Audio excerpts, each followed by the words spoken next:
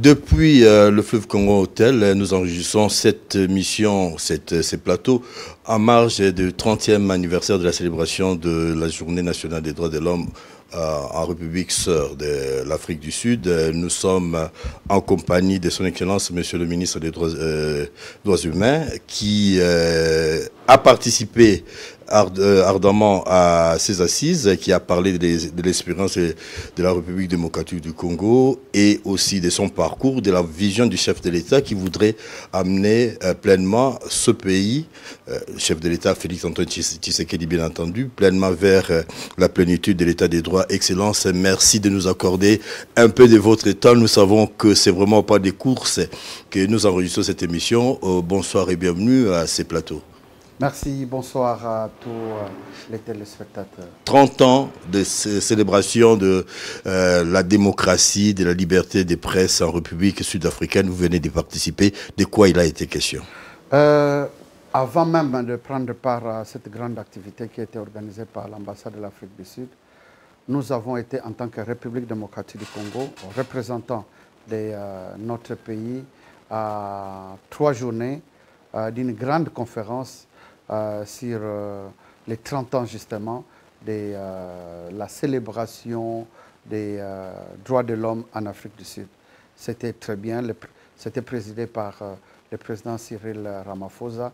Ils font le point sur leur passé, le présent et puis les perspectives d'avenir en ce qui concerne les droits de l'homme. Et une situation similaire, voyez-vous, ce n'est pas de manière anodine que même chez nous, dans la Constitution, lorsque vous l'examinez, il n'y a pas un seul domaine, un seul secteur de la vie nationale, un seul secteur auquel la Constitution a accordé autant d'articles que les droits et libertés fondamentales.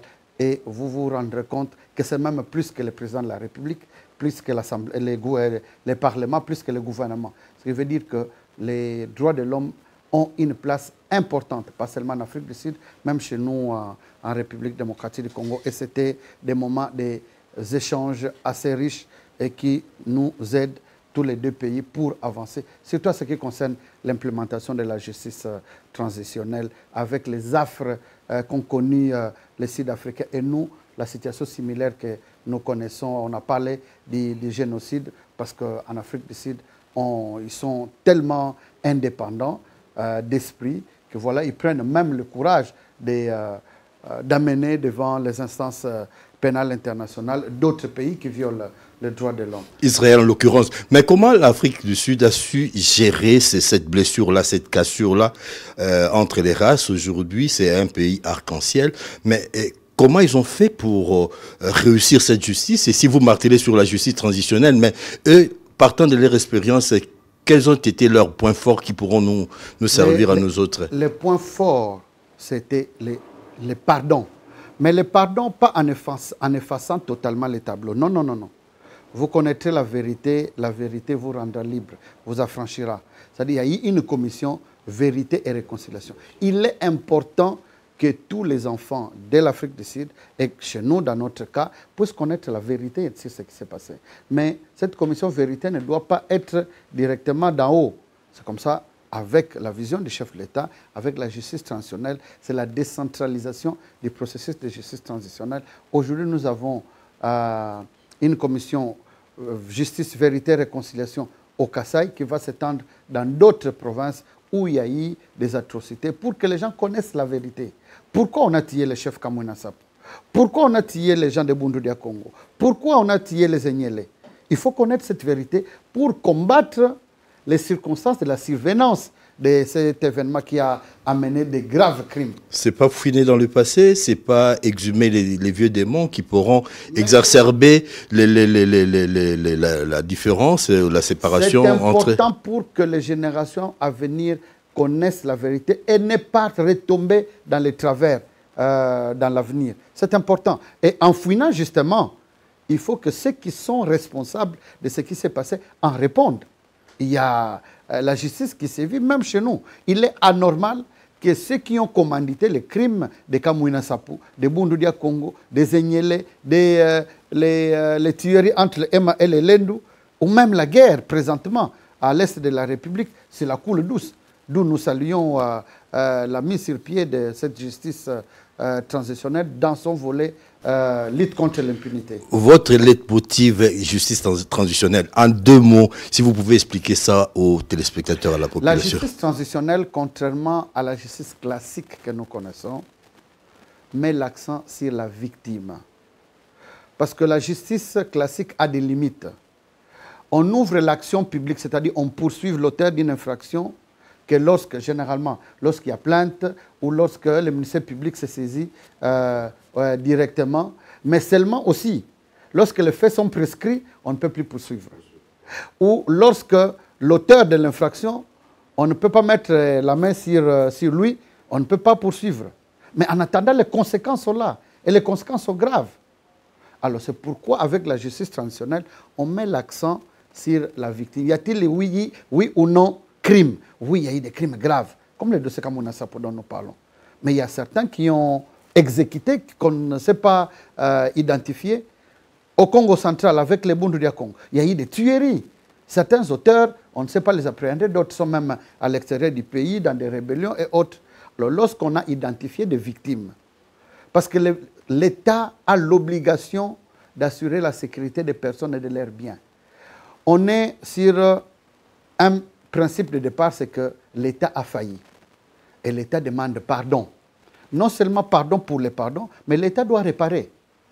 Et c'est pourquoi, avec la justice transitionnelle, c'est une justice réparatrice qui met l'accent sur la victime. L'État vient pour réparer. Vous avez entendu parler du FONAREV. Le FONAREV, gloire à Dieu, on pourra tout oublier du passage du ministre, sauf le fait que c'est pendant son mandat que nous avons aujourd'hui un établissement public qui aide les Congolais à se réconcilier avec eux-mêmes, à se réconcilier avec leur passé. Rencontrer des gens qui avaient même une colère de ne plus jamais entendre parler de l'État, des institutions de l'État, mais au moins on les rencontre et il y aura des réparations collectives et des réparations individuelles pour certains cas. Voilà, au fait, c'est que la justice transitionnelle est là, 4 piliers. La vérité, la justice, c'est-à-dire la lutte contre l'impunité, il y a la réparation et les garanties de non-répétition. Et la réparation des cœurs et des âmes. Et des âmes, oui. Excellence, mais vous êtes un ancien de l'opposition. Vous avez lutté pour l'établissement des droits de l'homme, pour le changement de l'ordre politique. Aujourd'hui, vous êtes dans le pouvoir. Pensez-vous que les droits de l'homme fonctionnent mieux aujourd'hui qu'hier? Oui. Quelques preuves. Quelques preuves. Vous n'avez jamais entendu parler d'un ministre, d'un membre du gouvernement qui condamne son propre gouvernement. Je vous donne comme illustration, il y a eu une marche le 20 mai, si je ne m'abuse, l'année passée, de l'opposition. Vous vous souvenez, avec les incidents qu'il y a eu, mais avec des anciens amis. Avec des anciens amis. Tout membre du gouvernement que je suis monté au créneau pour condamner. On a suivi. Oui, vous avez suivi. Une première, tout à fait. Voilà. Vous n'avez pas entendu parler d'un... pendant les régimes passés, il y avait des atrocités graves. Nous déplorons le cas de Bundu du Congo. Avez-vous entendu un seul responsable être interpellé? Mais il y a eu des tueries à Goma avec les éléments de la garde républicaine qui ont ouvert le feu sur une population en train de prier. Illico presto, nous sommes descendus à Goma. On a appréhendé les auteurs des infractions. Ils ont été jugés en flagrance, condamnés, ils sont en train de purger leur peine. Ils sont à la prison de Ndolo. Donc il y a beaucoup d'efforts. Encore, il faut dire que les droits de l'homme, c'est un idéal. Il n'y a pas un seul État au monde où c'est vraiment cas 0,0 de violation des droits de l'homme. Non, il n'y en a pas. La fin du moratoire sur la peine de mort, n'est-ce pas là un recul face aux droits de l'homme, monsieur le ministre? Nous n'allons pas dire aujourd'hui que les États-Unis d'Amérique ne sont pas un État où on respecte les droits de l'homme parce qu'ils appliquent encore la peine de mort. Ils n'ont pas notre justice. Hein. Excusez-moi. En ce qui nous concerne, nous avons fait beaucoup un bond, c'est vrai, vers le devant avec ces moratoires. Mais nous sommes dans une situation de guerre qui nous est imposée. Et puis, le socle, vous avez suivi l'interpellation de l'Afrique du Sud tout à l'heure dans la salle. Mettez-vous d'abord vous-même avancé. Moi, en tant que membre du gouvernement, c'est un pic très sérieux. C'est-à-dire qu'il faut que nous organisions notre système de défense, notre armée. Mais comment nous allons avoir une armée lorsque nous savons qu'avec les régimes passés, on a infiltré notre armée de partout. Il y a des traîtres à tout bout de champ. Mais il faut qu'une sanction, la discipline. Ce n'est pas l'opposant, ce n'est pas l'ancien opposant qui parle là. C'est les membres du gouvernement. La discipline est la mère des armées, vous le savez. Alors, lorsqu'il y a un laisser-aller, il y aura des trahisons à tout bout de champ. Et c'est pourquoi on ramène la peine de mort pour disperser. Certains sont même en train de quitter, sachant que non, il n'y aura plus de grâce pour les traîtres. Vous osez tomber dans des cas de traîtrise, c'est la peine capitale qui vous attend. Nous sommes au fleuve Congo Hôtel à Gombe. Il est 10 h, les invités des marques commencent déjà à faire leur entrée pour assister à cette grande manifestation des célébrations des 30 ans de la démocratie et des libertés de la République sud-africaine, célébrée chaque 21 mars. En effet, en 1960, une défiance systématique s'installe contre le régime de l'apartheid, fortement contesté à travers les pays et le racisme qu'il représentait. Le 21 mars, dans les villes de Sharpeville et Langa, des massacres ont été perpétrés. Plusieurs manifestants noirs qui protestaient contre des lois oppressives ont perdu leur vie. Cette date des journées des droits de l'homme, célébrée en Afrique du Sud, commémore ainsi les sacrifices qui ont accompagné la lutte pour la démocratie du peuple sud-africain. Dans cette belle salle, nous pouvons voir l'ambassadeur de l'Afrique du Sud, les ministres des droits humains, Excellence Albert Fabrice Pouila, les doyens du corps diplomatique, les représentants de la Chambre du commerce RDC Afrique du Sud, M. Félix Samouna, les responsables des différentes ONG et autres. Une date importante pour la République sud-africaine. Cette journée se veut un cadre de réflexion sur les chemins parcourus jusque-là lors des événements tragiques déroulés en 1960 qui a façonné l'historique de ces pays. Tout a commencé par l'hymne national de la République démocratique du Congo, suivi de celui de l'Afrique du Sud. Les patrons des droits humains congolais, Excellence Albert Fabrice Pouila, dans son allocution, s'est apaisanti sur le massacre qu'a connu également la RDC, la réalisation de son ministère pour les combats des droits de l'homme. C'est pour nous un très grand honneur de vous recevoir en République démocratique du Congo, pays hospitalier, pays de paix, mais pays qui souffre justement à cause de sa qualité, de sa valeur d'hospitalité. Le grand pays de Nelson Mandela fête ses 30 ans de démocratie et du respect des principes démocratiques. Toute notre jeunesse reste marquée par plusieurs martyrs des indépendances, je parle de jeunesse africaine. En ce qui concerne la République démocratique du Congo, plusieurs jeunes prisonniers ou activistes des droits de l'homme qui ont passé le plus longtemps en prison pour la simple raison qu'ils revendiquaient non pas leurs propres droits ou leur propre liberté, mais plutôt les droits de leurs compatriotes traités comme des infra-humains. Nous avons, dans le cadre du ministère des droits humains en République démocratique du Congo, les 3 dernières années, livré un grand combat justement pour la promotion des droits de l'homme. Non seulement avec l'implémentation de la justice transitionnelle, avec ces 4 piliers qui sont la vérité, la lutte contre l'impunité à travers la justice, la réparation avec le FONAREV que nous avons aujourd'hui un établissement public mis sur pied par le président de la République à travers les chefs du gouvernement et nous-mêmes, mais aussi les garanties de non-répétition à travers les diverses réformes que nous avons initiées.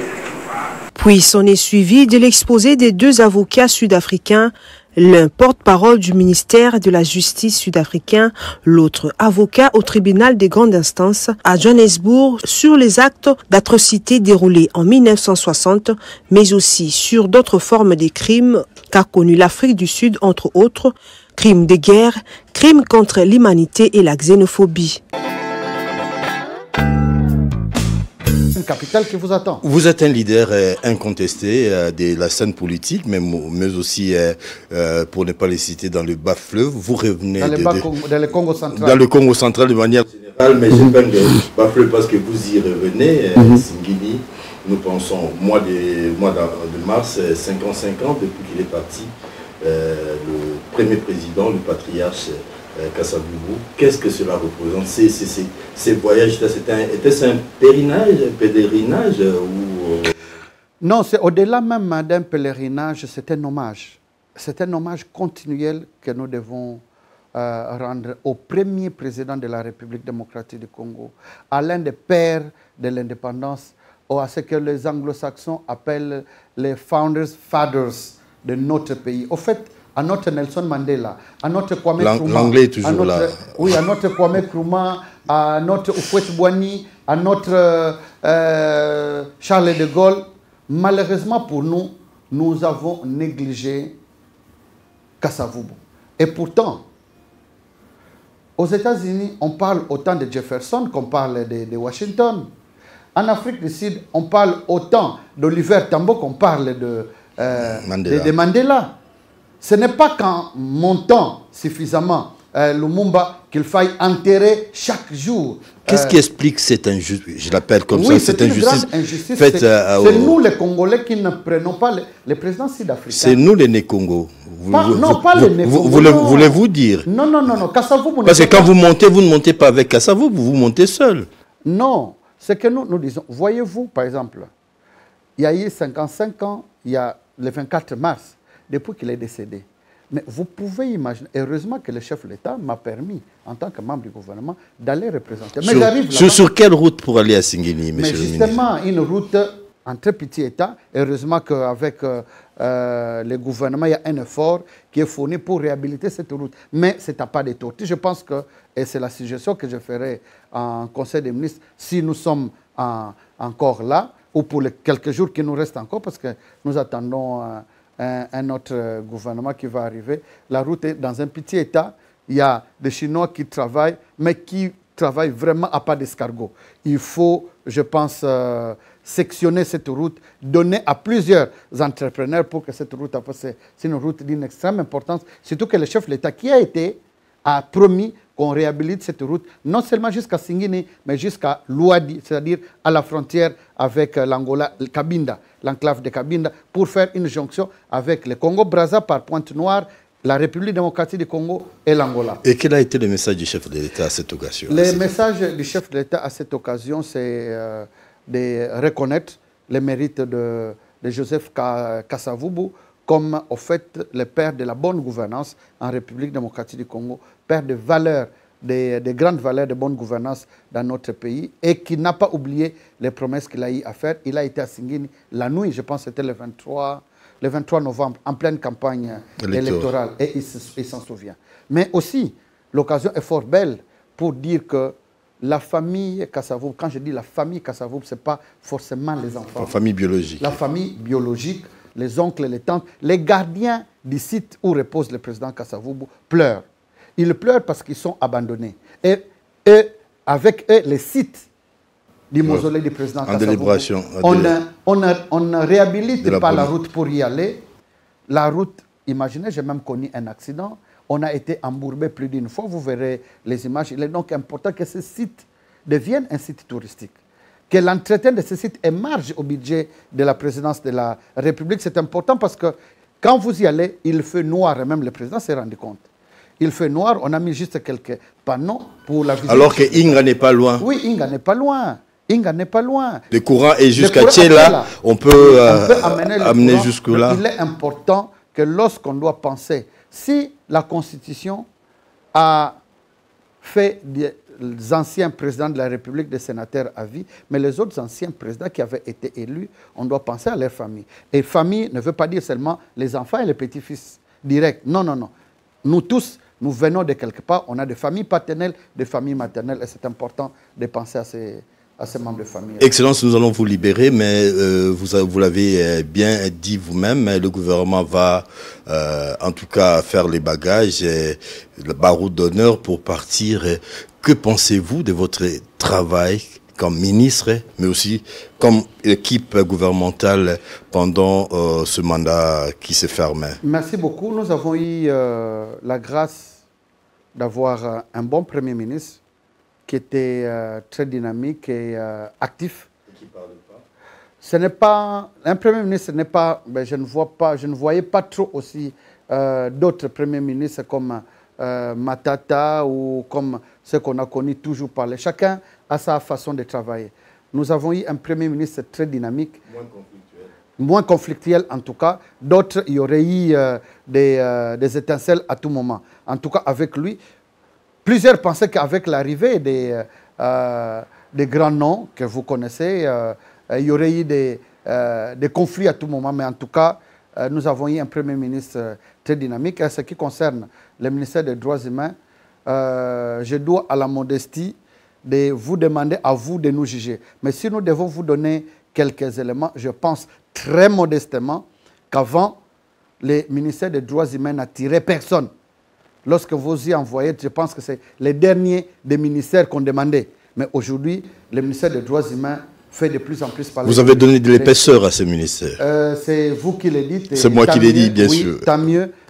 Nous serons à ce moment fiers d'avoir apporté notre modeste contribution à l'édifice de la nation. Je vous laisse clôturer cet entretien, monsieur le ministre. Merci beaucoup.